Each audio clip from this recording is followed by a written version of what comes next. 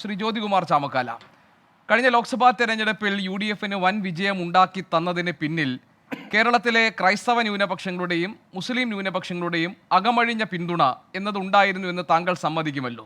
പക്ഷെ ഇത്തവണ കോൺഗ്രസിന്റെ രണ്ട് ഭാഗത്തു നിന്നും ഈ രണ്ട് വിഭാഗങ്ങളെയും അടർത്തിയെടുക്കാൻ പാകത്തിലുള്ള ആക്രമണം കോൺഗ്രസിന് നേരിടേണ്ടി വരുന്നുണ്ട്. ഒന്ന്, പ്രധാനമന്ത്രി നരേന്ദ്രമോദി ഇവിടെ നടത്തിയ പ്രസംഗങ്ങളൊക്കെ തന്നെ അദ്ദേഹത്തിൻ്റെ പ്രസംഗങ്ങളിലൊക്കെ നിറഞ്ഞു നിന്നിരുന്നത് അതിൻ്റെ അന്തസത്ത എന്ന് പറയുന്നത് കേരളത്തിലെ ക്രൈസ്തവ ന്യൂനപക്ഷങ്ങളെ എങ്ങനെ ഒപ്പം നിർത്താം എന്നതിലേക്കാണ്. അതിന് അദ്ദേഹം കുറേ അധികം സംഭവങ്ങൾ അദ്ദേഹം ഉദ്ധരിക്കുകയുണ്ടായി, അതിൻ്റെ പല സാഹചര്യങ്ങൾ അദ്ദേഹം വിശദീകരിക്കുകയുണ്ടായി.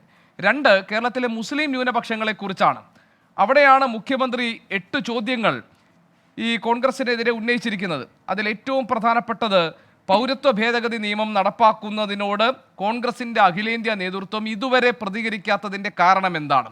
എന്തുകൊണ്ടാണ് മല്ലികാർജുൻ ഖാർഗെ പോലൊരാൾ അത്തരം ചോദ്യങ്ങൾ വരുമ്പോൾ ഒളിച്ചോടുന്നത് എന്ന് തുടങ്ങി ഈ കേരളത്തിലെ മുസ്ലിം ന്യൂനപക്ഷങ്ങളെ ബാധിക്കുന്ന ഒരു പ്രധാനപ്പെട്ട വിഷയത്തിൽ കോൺഗ്രസിൻ്റെ നിലപാട് അല്ലെങ്കിൽ നിസ്സംഗത സംബന്ധിച്ച കാര്യങ്ങൾ മുഖ്യമന്ത്രി 8 ചോദ്യങ്ങളായി അവതരിപ്പിക്കുകയാണ്.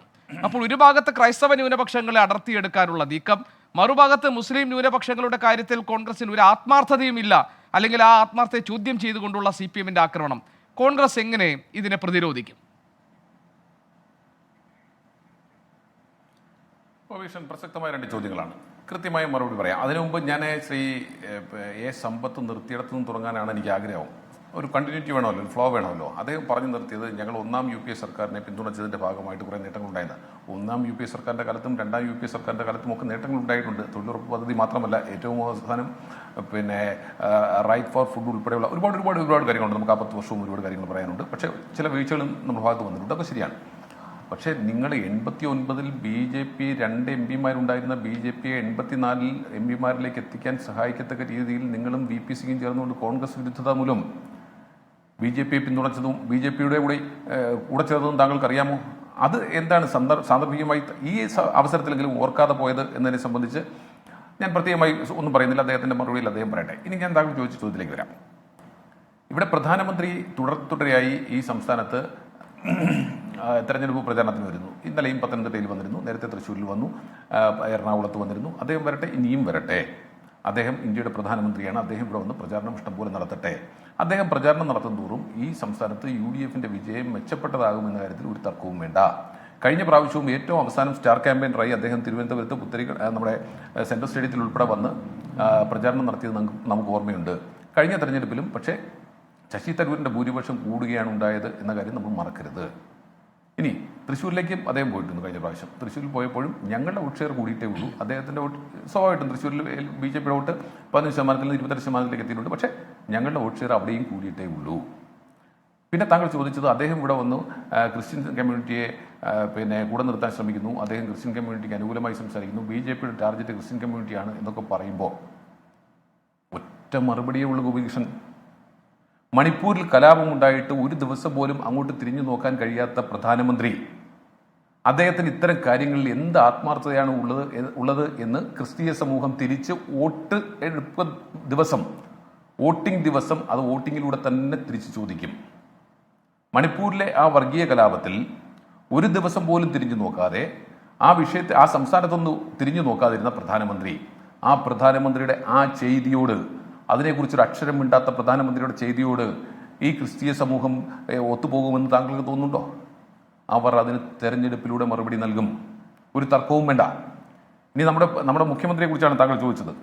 അദ്ദേഹത്തിന് കഴിഞ്ഞ കുറേ കാലങ്ങളായി ഈ പറയുന്നത് പോലെ വാട്സാപ്പ് യൂണിവേഴ്സിറ്റിയിൽ നിന്ന് അല്ലെങ്കിൽ ക്യാപ്സ്യൂളുകൾ ഈ ചർച്ചയിൽ വരുന്നവർക്ക് പലർക്കും കൊടുക്കാറുണ്ട്, നമ്മൾ കാണാറുണ്ട്. ഇപ്പോൾ ആ ക്യാപ്സ്യൂൾ രൂപത്തിൽ കണ്ണൂർ ലോബി ക്യാപ്സ്യൂളാക്കി മുഖ്യമന്ത്രിക്ക് കൊടുത്തിരിക്കുകയാണ്. മുഖ്യമന്ത്രിയല്ലേ? ഇപ്പോൾ സ്വാഭാവികമായും ദേശീയ നേതൃത്വത്തിനെതിരായിട്ട് ഇത്തരം സംശയങ്ങളുണ്ടെങ്കിൽ ചോദിക്കേണ്ടത് സീതാറാം യെച്ചൂരിയാണ്. അദ്ദേഹം ചോദിച്ചാൽ നമ്മൾ കൃത്യമായ മറുപടി പറയും. സംസ്ഥാനത്തിൻ്റെ മുഖ്യമന്ത്രി ചോദിച്ചാൽ പറയില്ലെന്നല്ല, പക്ഷെ ചോദിക്കുന്ന ചോദ്യങ്ങൾക്കൊരു നിലവാരമുണ്ടാകണം. അതിൻ്റെ ഉത്തരവുമായി കമ്പയർ ചെയ്യണം. നാളെ എന്ത് ഉത്തരവാണ് വരാൻ പോകുന്നതെന്നതിനെ സംബന്ധിച്ച് അദ്ദേഹത്തിന് നല്ല ബോധ്യമുണ്ടാകണം. CAA ബന്ധപ്പെട്ട് ഔദ്യോഗിക നേതൃത്വം പ്രതികരിച്ചിട്ടില്ല എന്ന് അദ്ദേഹം പറയുന്നത് എന്തിൻ്റെ അടിസ്ഥാനത്തിലാണ്?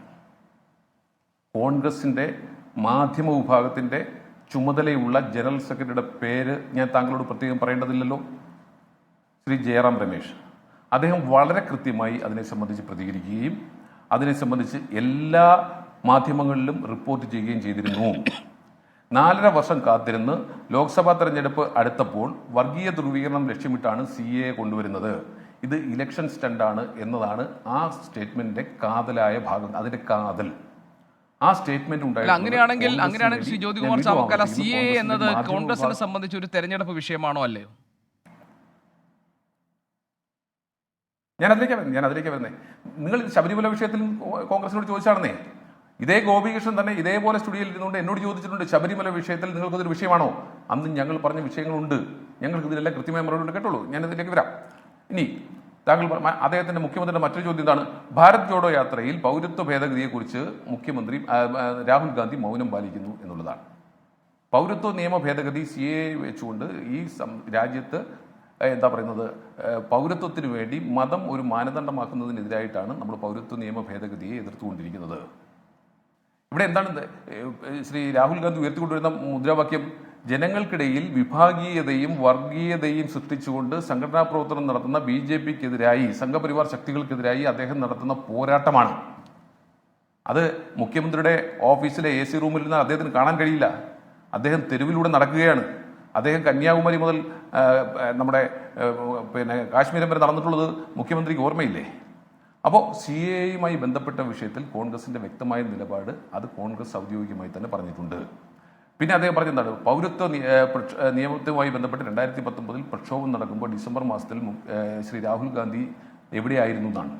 അദ്ദേഹം മുന്നിൽ നിന്ന് നയിച്ച പൗരത്വ ഈ CAA വിരുദ്ധ പ്രക്ഷോഭങ്ങളെ സംബന്ധിച്ച് എത്രയോ റിപ്പോർട്ടുകൾ ഡിസംബറിൽ തന്നെ വന്നിട്ടുണ്ട്. അതിന്റെ കോപ്പി വേണമെങ്കിൽ ഞങ്ങൾ മുഖ്യമന്ത്രിക്ക് അയച്ചു കൊടുക്കാം. ഞാനിപ്പോ അതിനകത്ത് താങ്കൾ ഈ ഓരോ ചോദ്യവും എടുക്കണമെന്നില്ല. ഞാൻ ശ്രീ ജ്യോതികുമാർ ചാമക്കാല, NIA ഭേദഗതി ബിൽ പാർലമെന്റിൽ പാസാക്കിയത് കോൺഗ്രസും BJPയും ഒരുമിച്ചായിരുന്നില്ലേ? ന്യൂനപക്ഷ സമൂഹങ്ങളെ ലക്ഷ്യമിടുന്ന ഈ നിയമ ഭേദഗതിക്കെതിരെ ലോക്സഭയിൽ കേരളത്തിൽ നിന്ന് വോട്ട് ചെയ്തത് CPM MP മാത്രമാണെന്നത് നിഷേധിക്കാനാകുമോ? ആ ചോദ്യത്തിനൊരു മറുപടി പറഞ്ഞാൽ മതി. ഞാൻ പറയാൻ കാരണം വെച്ചാൽ ബാക്കി ഭാഗങ്ങൾ താങ്കൾ വിശദീകരിച്ചല്ലോ. NIA നിയമവുമായി ബന്ധപ്പെട്ട് ഡൽഹി കലാപത്തെ കുറിച്ചൊക്കെ പറഞ്ഞിട്ടുണ്ട്. ഞാൻ അതിലേക്കൊന്നും പോകുന്നില്ല.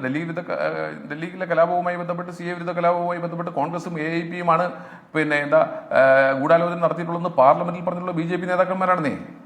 കേരളത്തിലെ UDF നേതാക്കന്മാർ ഉൾപ്പെടെ ഷഹീൻ ബാഗിൽ പോയിട്ടുണ്ട്. ഏതായാലും താങ്കൾ ചോദിച്ചതിലേക്ക് വരാം. NIA ഭേദഗതി, NIA നിയമം കൊണ്ടുവന്നിട്ടുള്ളത് തന്നെ 2008 UPA സർക്കാരാണ്, തർക്കമില്ലല്ലോ.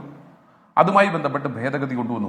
ആ ഭേദഗതി കൊണ്ടുവന്നപ്പോൾ ഞങ്ങൾ ശക്തമായി വിയോജിക്കുകയും, പക്ഷേ ആ ഭേദഗതിയോട് യോജിച്ചുകൊണ്ട് തന്നെ ഞങ്ങൾ പറഞ്ഞു, ആ ഭേദഗതിയിലൂടെ നിങ്ങൾ എന്തെങ്കിലും രാഷ്ട്രീയമായോ മതപരമായോ മുതലെടുപ്പിന് ശ്രമിച്ചാൽ ഞങ്ങൾ അതിന് ശക്തമായ പ്രതിഷേധം രേഖപ്പെടുത്തും എന്ന് പറഞ്ഞുകൊണ്ട് തന്നെയാണ് ഞങ്ങൾ അതിനെ അനുകൂലിച്ചിട്ടുള്ളത്.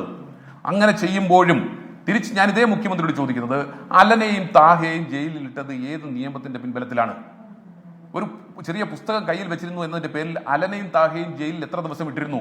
ഏത് നിയമത്തിന്റെ പിൻബലത്തിലാണ് നിങ്ങൾ ചെയ്തത്? നിങ്ങൾക്ക് ഉളുപ്പുണ്ടോ ഇത്തരം ചോദ്യങ്ങളുമായിട്ട് വരാൻ? സംസ്ഥാനത്തിന്റെ മുഖ്യമന്ത്രിക്ക് അലനും താഹയും ഓർമ്മയുണ്ടോ? ആ അലന്റെയും താഹയുടെയും മാതാപിതാക്കൾ പൊതുസമൂഹത്തോട് സംസാരിച്ചത് ഓർമ്മയുണ്ടോ? എന്തായിരുന്നു അവരുടെ പേരിലുള്ള കുറ്റം? ഏത് വകുപ്പ് ചുമർത്തിയാണ് നിങ്ങൾ അകത്തിട്ടത്? UAPA. ആ UAPയെ സംബന്ധിച്ച് CPMന് ഞങ്ങൾക്ക് ഇങ്ങനെ ഘോരഘോര സംസാരിച്ചാൽ മാത്രം പോരാ ശ്രീ സമ്പത്ത്. അത് പ്രാബല്യത്തിൽ വരുമ്പോൾ ആ നിയമം നടപ്പാക്കുന്നതിനെ സംബന്ധിച്ച് കൂടിയാൽ ഇടതുപക്ഷ സർക്കാരല്ലേ? ഇടതുപക്ഷ സർക്കാർ ഇത്തരത്തിൽ അലൻ താഹിക്കുമെതിരെ എന്തിനായിരുന്നു UAPA ചുമത്തിയത്? ഞങ്ങൾ പറഞ്ഞിട്ടുണ്ട്, ആ നിയമം പാസ്സാകുമ്പോൾ, അതിന്റെ അമെന്റ്മെന്റ് പാസ്സാകുമ്പോഴും ഞങ്ങൾ പറഞ്ഞിട്ടുണ്ട് ഇത്തരത്തിൽ ദുരുപയോഗം ചെയ്യാൻ പാടില്ല എന്ന നിബന്ധനയോടുകൂടി തന്നെയാണ് ഞങ്ങൾ. ശരി, ഞാൻ ഒരൊറ്റ ചോദ്യം കൂടി ചോദിച്ചിട്ട് ഞാൻ ശ്രീ B ഗോപാലകൃഷ്ണനോട്, CAA കോൺഗ്രസിനെ സംബന്ധിച്ച് ഒരു പ്രധാന തെരഞ്ഞെടുപ്പ് വിഷയമാണോ?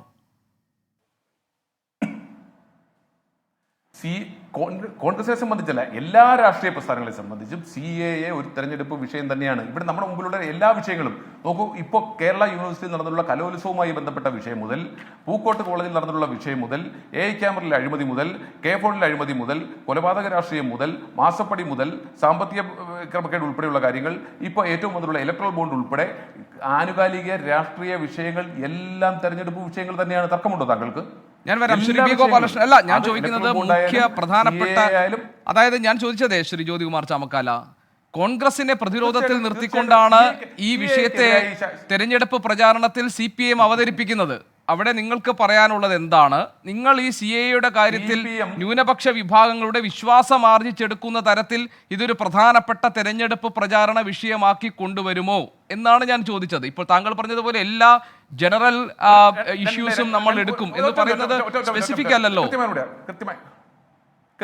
അല്ലല്ല സ്പെസിഫിക് ആയി പറയാം. നോക്കൂ, താങ്കൾ എനിക്ക് അടുത്ത റൗണ്ട് സമയം കുറിച്ചുള്ളൂ. CAA ബന്ധപ്പെട്ട് കേരളത്തിലെ കോൺഗ്രസ് നേതൃത്വം എടുത്തുള്ള നിലപാടുകൾ എന്തൊക്കെയാണ്? CAA വന്നപ്പോൾ ഈ സംസ്ഥാന നിയമസഭയിൽ ഒന്നിച്ച് പ്രമേയം പാസ്സാക്കണമെന്ന് ആവശ്യപ്പെട്ട അന്നത്തെ പ്രതിപക്ഷ നേതാവാണ്. ഒന്നിച്ച് പ്രക്ഷോഭം നടത്തണമെന്ന് ആവശ്യപ്പെട്ട അന്നത്തെ പ്രതിപക്ഷ നേതാവാണ്. ഞങ്ങൾ അത് നടത്തിയിട്ടുണ്ട്. അതിനുശേഷം ഗവർണറും ആ പ്രമേയത്തെ തള്ളിക്കൊണ്ട് പരസ്യമായ പ്രസ്താവനയുമായി വന്നപ്പോൾ ഗവർണറെ ഇംപീച്ച് ചെയ്യാനുള്ള അല്ലെങ്കിൽ തിരിച്ചു വിളിക്കണമെന്ന് ആവശ്യപ്പെട്ടുകൊണ്ട് പ്രമേയം പാസ്സാക്കണമെന്ന് സ്പീക്കറോട് ആവശ്യപ്പെട്ടത് അന്നത്തെ പ്രതിപക്ഷ നേതാവാണ്. എന്തായിരുന്നു ഞങ്ങളുടെ നിലപാട്? അന്ന് എന്തായിരുന്നു LDFന്റെ നിലപാട്? മാത്രമല്ല, കേസുകൾ പിൻവലിക്കണമെന്ന് പറഞ്ഞു. കേസ് പിൻവലിച്ചതിനെ കുറിച്ച് ഇപ്പോഴും ചർച്ച നടക്കുക. നമുക്കറിയാം, വിഴിഞ്ഞം കലാപവുമായി ബന്ധപ്പെട്ട കേസുകൾ ഇന്നലെ പിൻവലിച്ചിരിക്കുന്നു. പക്ഷെ അപ്പോഴും CAA ബന്ധപ്പെട്ട കേസുകൾ പിൻവലിക്കാത്ത LDF ആണ്. ഇവിടെ വീണ്ടും CAA ചട്ടം വന്നിരിക്കുന്നു. അപ്പോഴും ശ്രീ രമേശ് ചെന്നിത്തല ഉൾപ്പെടെയുള്ളവർ സുപ്രീം കോടതിയെ സമീപിച്ചിട്ടുണ്ട്. താങ്കൾക്ക് നിഷേധിക്കാൻ കഴിയുമോ? അപ്പോൾ ഞങ്ങളുടെ നിലപാട് അതിനെ സംബന്ധിച്ച് വളരെ വ്യക്തമാണ്. CAA ഉൾപ്പെടെയുള്ള കാര്യങ്ങൾ ഇത്തരത്തിൽ പൗരത്വ നിയമ ഭേദഗതിയുമായി ബന്ധപ്പെട്ട നിയമമായാലും അതിന്റെ ചട്ടമായാലും തലനാരിഴ കീറി പരിശോധിച്ചുകൊണ്ട് തന്നെ ഈ തെരഞ്ഞെടുപ്പിനെ ഞങ്ങൾ നേരിടുന്നത്.